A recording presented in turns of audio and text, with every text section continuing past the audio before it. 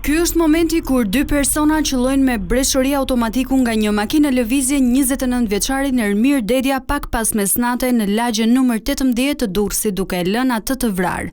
Pamjet tregojnë edhe momentet kur njerëzit largohen në panik pas atentatit.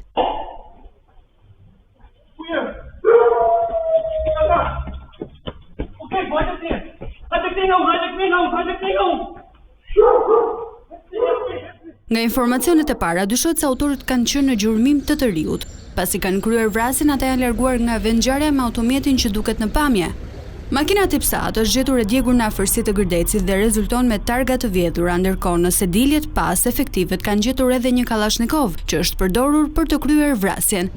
Mjeti është marrë nga policia e Durrësit ku po verifikohet numri i shasis.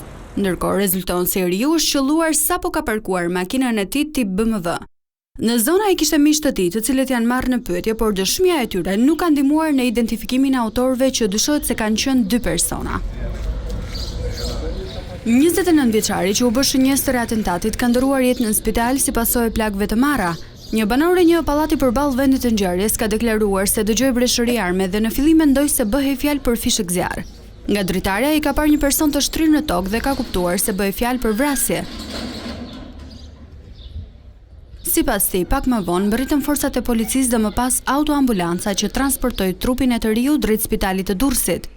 Viktima rezulton person me precedent penal. Në vitin 2015, Ermir Dedja është arrestuar pasi i kishte shitur drogë një grupi personash që synonin ta transportonin atë nga pika kufitare Morinës drejt Kosovës.